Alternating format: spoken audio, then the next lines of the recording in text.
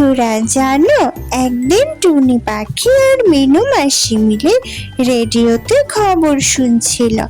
হঠাৎ রেডিওতে বলল যে জঙ্গলে প্রচুর ঝড় বৃষ্টি হবে, পাখিরা যেন সাবধানে থাকে আর তাদের বাসা মজবুত করে, যাতে করে ঝড় বৃষ্টিতে তারা সুরক্ষিত থাকতে পারে। আর জানো হঠাৎ কি হলো?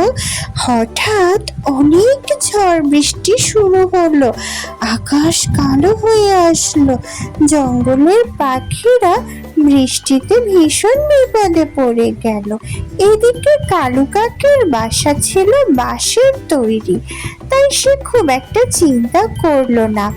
জঙ্গলে অনেক পানি উঠলো, একদম বন্যা শুরু হলো বন্ধুরা।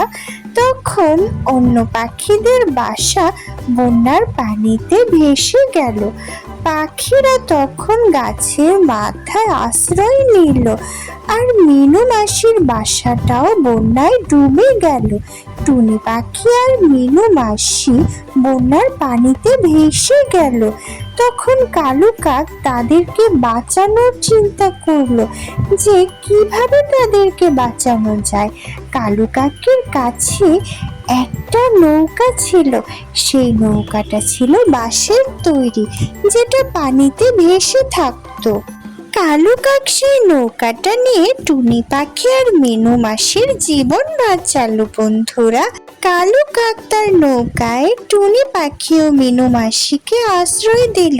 জঙ্গলের সব পাখিরা একটা গাছের মাথায় আশ্রয় নিল। তখন জঙ্গলের রাজা ঈগল আসলো।